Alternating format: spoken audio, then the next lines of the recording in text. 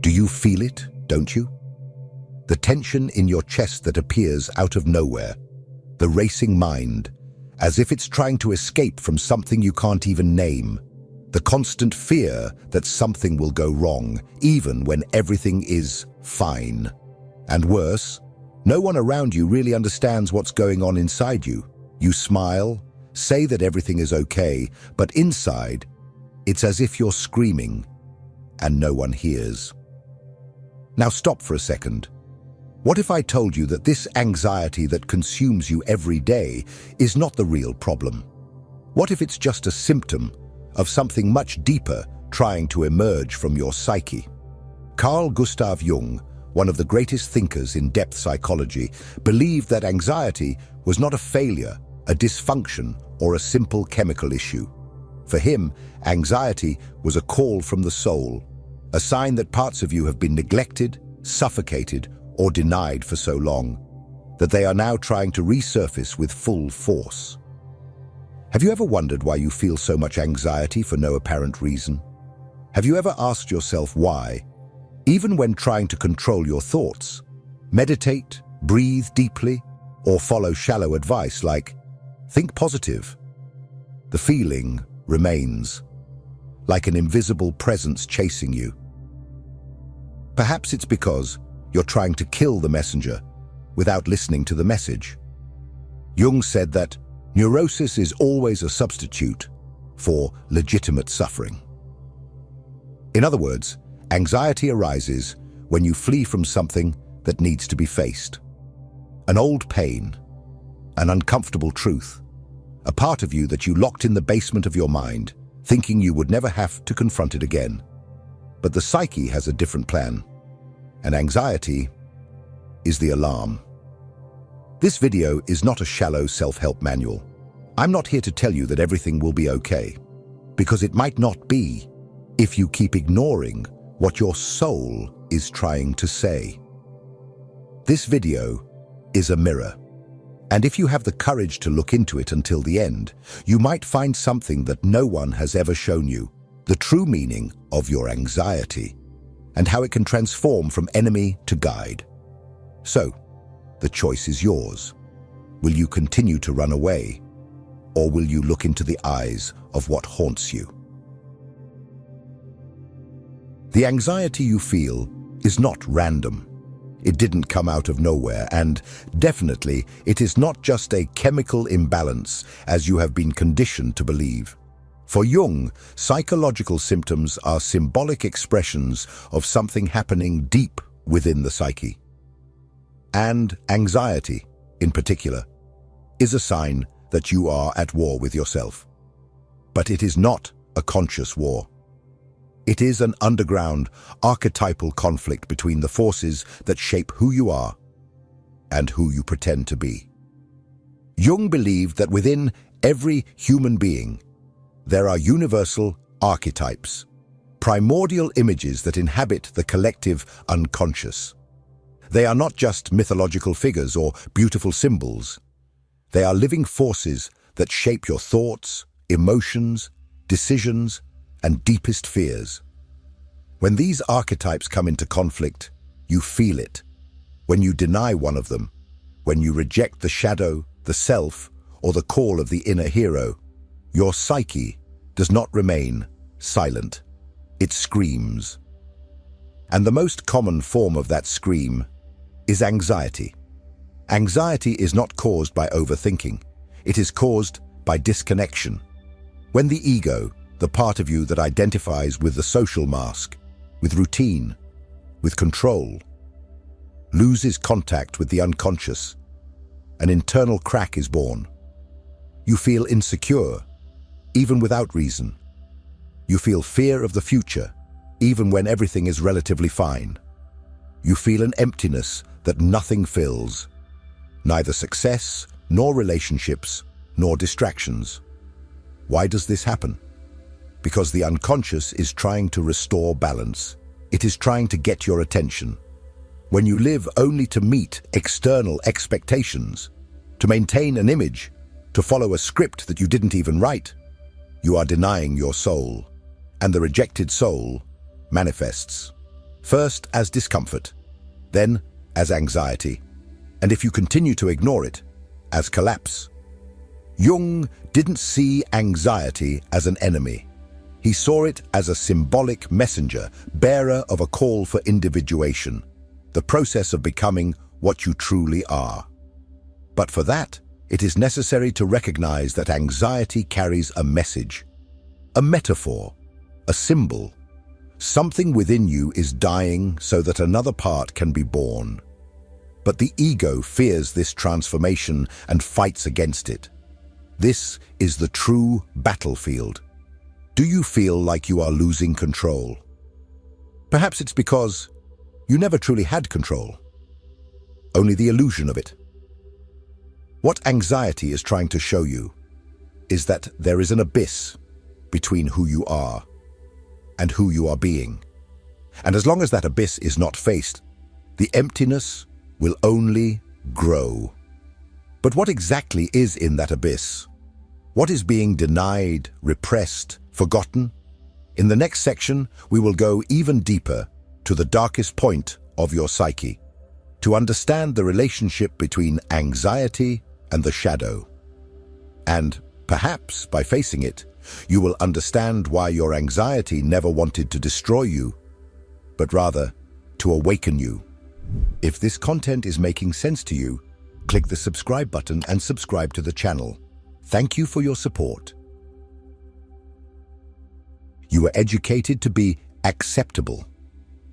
From an early age, you were taught that certain emotions were ugly, that certain thoughts were shameful, that certain impulses needed to be suppressed. You learned to smile when you wanted to scream, to be kind when you felt anger, to pretend to be secure when you were falling apart. Over time, you shaped a persona, a social mask, and buried everything that didn't fit into it. But here's the truth. No one told you. Everything you buried is still alive. Jung called this forgotten side of you the shadow. The shadow is everything you don't want to be, but are. Everything you don't want to feel, but feel. It's your fear disguised as anger. Your anger disguised as silence. Your insecurity masked as control. And when you try to live only as what is acceptable, you become a slave to that shadow. And it manifests in the only way it can, through anxiety. Anxiety, in this context, is like an alarm triggered by the rejected part of you. It's the shadow knocking on the door of your consciousness, demanding to be seen. And the more you ignore it, the louder it screams. You feel palpitations, sweating, insomnia, obsessive thoughts. But you don't understand why. Because you're looking at the symptoms, not the root. And the root is in the unconscious, where the shadow resides, repressed, suffocated, hungry for recognition. Have you ever wondered why you have disproportionate reactions? Why you panic over small things? Why you self-sabotage when everything seems to be going well? It's not bad luck. It's not weakness. It's the shadow trying to restore psychic balance. It's saying, you can't keep pretending I don't exist. And here's the cruelest part. Society reinforces your disconnection with the shadow. It rewards you for being productive, for appearing confident, for maintaining appearances.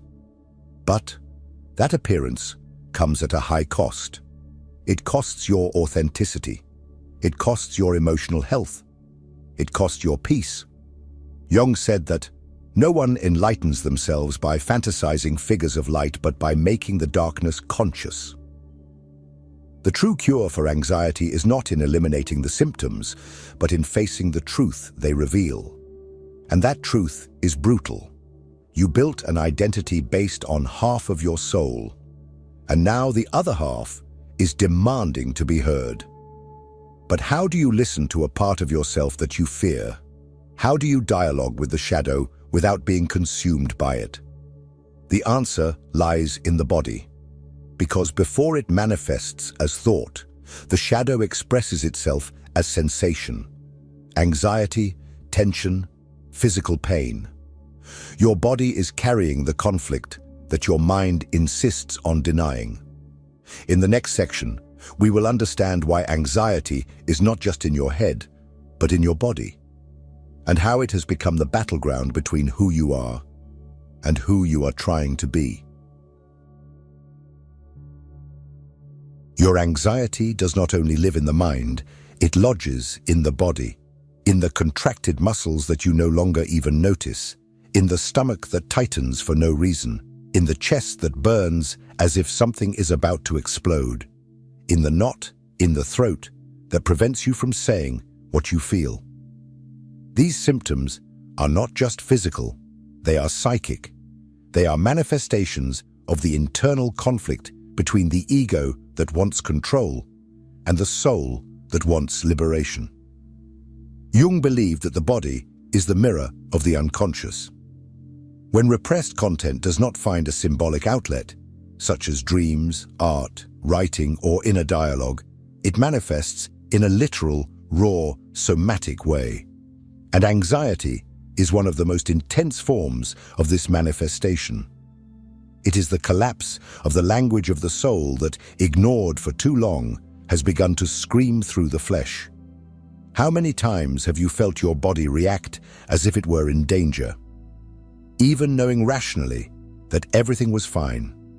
This is the unconscious trying to take command because your consciousness is no longer listening. The nervous system goes into a state of maximum alert, as if a predator were stalking you. But the predator is not outside. It is inside. It is the repressed content of your psyche that has become so unbearable that it now expresses itself in the form of physical urgency. That is why superficial techniques rarely work. Deep breathing, taking a cold shower, trying to think positive may bring momentary relief. But it does not solve the problem, because it is not the body that is broken. It is the connection between body and soul that has been severed. Anxiety is the body trying to compensate for a soul that has been silenced. Jung understood that the body is symbolic. It is the stage where the deepest dramas of the psyche are played out. An anxious body is a body that carries secrets, emotions that have never been expressed, traumas that have never been named, needs that have never been heard. And each symptom is a desperate attempt by the unconscious to bring to light what needs to be integrated. You live exhausted not only because your routine is heavy, but because your soul is waging a subterranean war. And this war has a price: chronic tension, insomnia, diffuse pain, a constant sense of threat. Your body is pleading for reconnection, for listening, for truth. But how do you transform this body into an ally, instead of seeing it as an enemy? How do you move from a logic of combat, trying to control the symptoms, to a logic of listening and integration?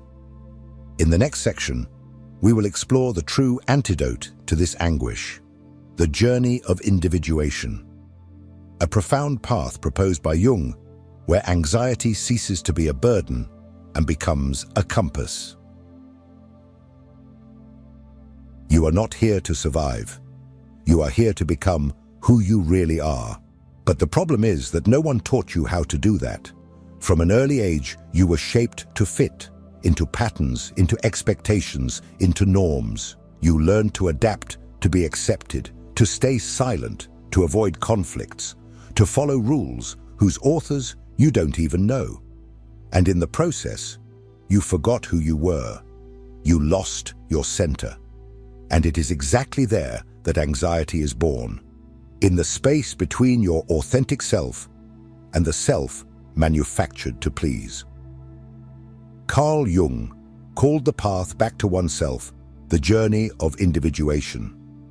And don't be mistaken, this has nothing to do with selfishness or superficial self-assertion. Individuation is a deep, sometimes brutal process of reconnecting with everything you have rejected in yourself. It is the rescue of your wholeness. And it is this rescue that begins to dissolve anxiety, not as a symptom to be fought, but as an alert that has finally been heard.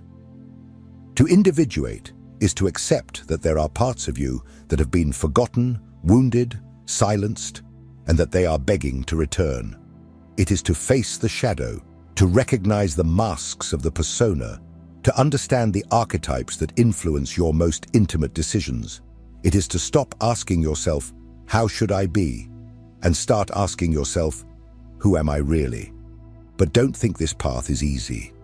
It is a descent, a confrontation with old fears, painful truths, unresolved choices. It is to strip away the idealized image you have built and face the fragmented being that was left behind. Anxiety in this context is not the enemy. It is the guide. It points to the areas where you are still living half-heartedly, where you are still pretending, where you are still afraid to be who you are. Jung said that healing happens when the individual becomes who they are. This means abandoning the desire to please, to control, to meet external expectations. It means making peace with your history, with your traumas, with your light and your darkness. It means integrating, not excluding. And in doing so, something profound happens. Anxiety begins to dissolve. Not because you have defeated it, but because you have finally understood what it wanted to say. It was not a problem.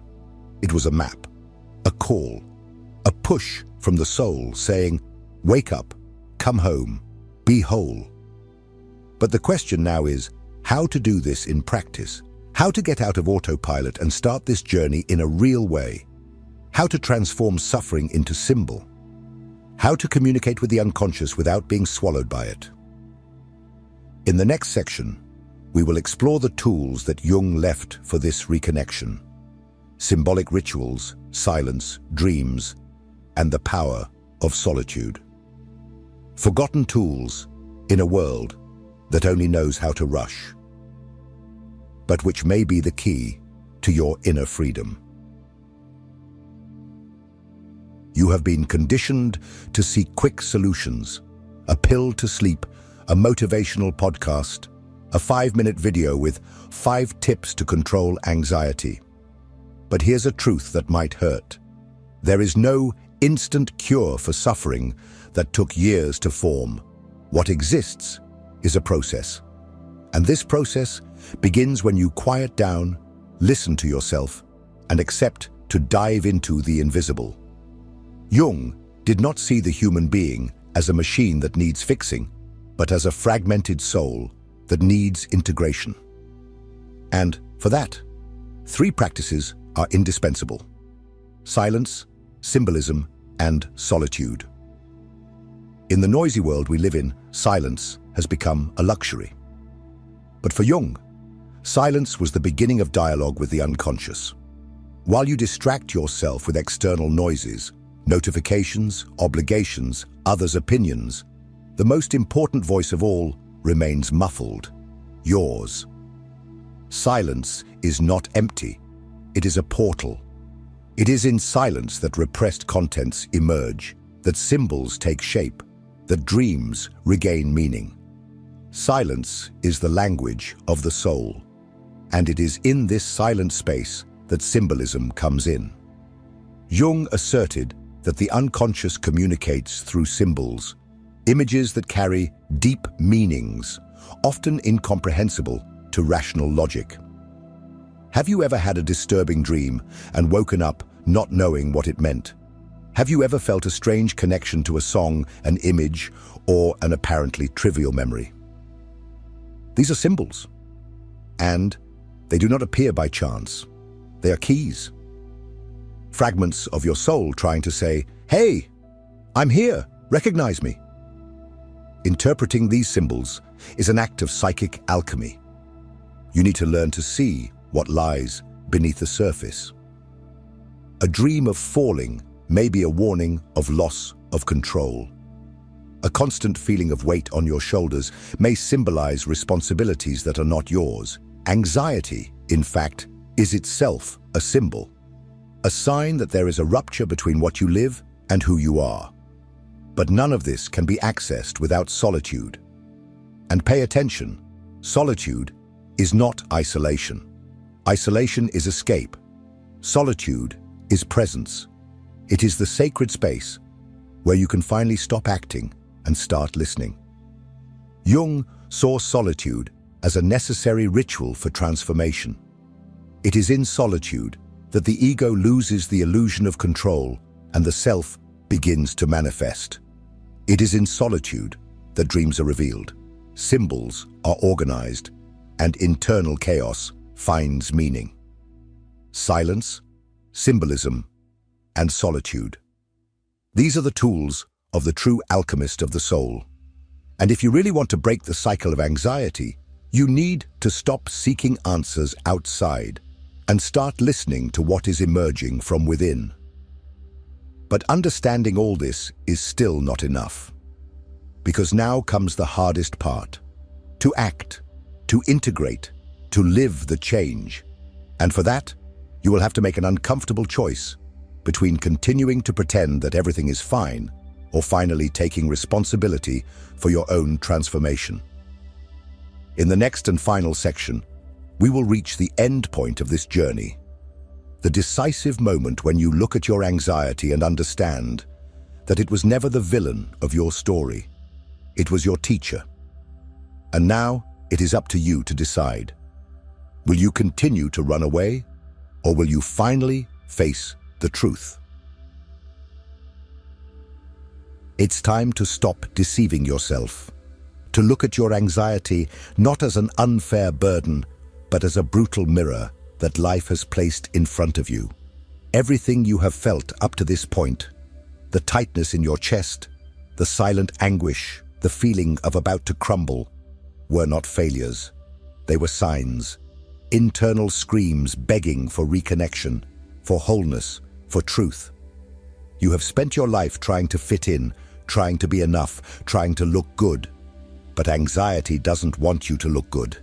It wants you to be. It didn't arise to destroy you. It emerged because something inside you was already broken and needed to be rebuilt. And that process hurts. It hurts because it requires detachment. It demands the renunciation of masks, of roles, of old versions of yourself that you carried just to survive. But you didn't come here to survive. You came to live deeply, to become what you always were, before the world shaped you with fear and conditioning. And that's exactly why Jung said, what you resist persists. What you accept transforms. Anxiety is persistent because you are still resisting. Resisting your truth, your shadow, your legitimate pain. But the turning point is this: when you choose to accept the call of your soul instead of continuing to flee from discomfort. Now, the choice is before you. You can continue seeking distractions, fleeing from yourself, numbing yourself with temporary solutions. Or you can, for the first time, stop, breathe deeply, and begin the real process. Deep, symbolic, transformative. Not because it's easy, but because it's necessary. Because your soul is already tired of living half-heartedly. If this video touched something within you, I want you to write a simple sentence in the comments. I choose to look within. It's not just a sentence, it's a commitment, a pact with yourself. And more than that, share your experience. Your voice can be the mirror that someone needs to awaken. And if you've made it this far, don't stop now. The next video is also part of this journey, and trust me, it's important. Because transformation doesn't happen in a single moment. It happens when you keep going, even when everything in you wants to give up. So click on the next video. The journey is just beginning.